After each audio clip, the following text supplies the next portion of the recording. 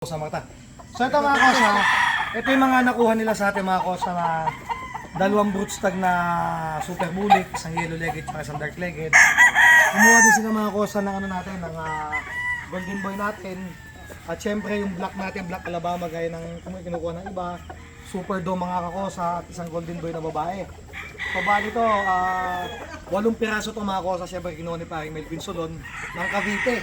Kaya ulitin ko sa inyo mga kosa at sa lahat ng gustong kumuha sa akin, pwede nyo siyang kontakin sa kanyang Facebook na account, Melvin Solon mga kosa next year. At baka mas makamenos pa kayo mga kosa. Kaya pare ito, kaya pare ano masasabi mo sa mga nakuha mo?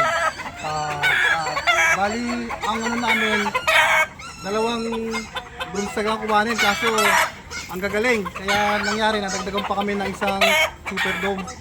Tapos, kumuha na rin kami ng 5 pulit para mas marami kami ma-produce ngayong early bird. Kaya mga kosa, so abangan nyo mga kosa, si paring Melvin Solon, ano po, trusted to mga kosa. Ito yung repeat buyer natin dahil kalimitan ng mga kosa kumuha sa akin is repeat buyer. Kaya salamat syempre sa kanya at doon sa kaibigan niya na bumili din sa atin, si Bossing yan, si Bossing. Ang pangalan pare? Ito si Boss Patrick, kumuha sa atin ng Golden Boy, tsaka yung isang broodstag na super bulik, Golden Boy na babae at isang super bulik mga kosa. Ay, maraming salamat sa mga pare. Sana mapadami nila no ng maayos dahil maganda din ang farm nito mga kosa sa ano sa Cavite. Night o ba rin? Imus. Imus pala. Mali-mali ako. At tayo Imus Cavite, maganda din ang farm nito eh. Yan, maraming salamat sa inyo pare. Okay, maraming salamat sa inyo. Salamat. Sa ulitin, sana mapadami yan ng usok kaya ng dati. Gaganda naman ang manok nila eh. Nagdagdag lang sila ng puwersa. Yan, God bless sa inyo mga kosa. Maraming salamat po. Kosa ito si paring Melvin Solon ng Bulacan pare no? Cavite. Cavite pala, Cavite sa pare. Imus Cavite no. Ito talaga ano to eh, tirador. So kinuha nito mga kosa yung isa gagamitin na broodstag na super dome. At syempre kumuha din si Bossing ng yung Golden Boy dun sa live ko. Ito mga kosa, dito ko sila pinapipila, isang gandikit ko to eh.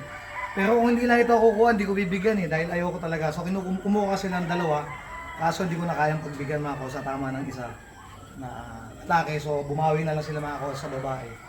At kita naman nila mga markings, so pinapakita ko kaya wala namang problema. Ayan, so yan. Hindi ko maintindihan to eh, ito yung ano to eh, tirador. Tirador. Ay naman sabi mo sa mga bitaw ng mga bulik natin. Grabe, wala kang mga mapipili, malilito ka. Magagaling lahat.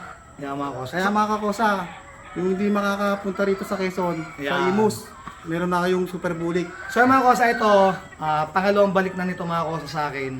Meron ako sa kanyang nagpapanalo mga bloodline, so kumuha lang ulit siya ng bulik. At syempre, unang-una, kilalang yung bulik natin sa awa ng Diyos. At saka nagpapanalo talaga. Sa inyo mga kosa, yung mga gustong, yung mga taga-Cavite na mga pupunta sa akin, mga kosa, pwede nyo PM si paring Melvin Solon. Add nyo lang siya sa Facebook, tsaka mura naman siya magbenta mga kosa. Kaya affordable yung presyo niya, kaya walang problema. Basta yung nakuha sa akin mga kosa, straight cob na yellow legged, super mga kosa, napakagaling naman talaga. Kasi pan sarili ko naman talaga dapat yun eh. Kaso napitik lang nitong isa eh. Kaya di ating mahindihan. Kaya mga kosa.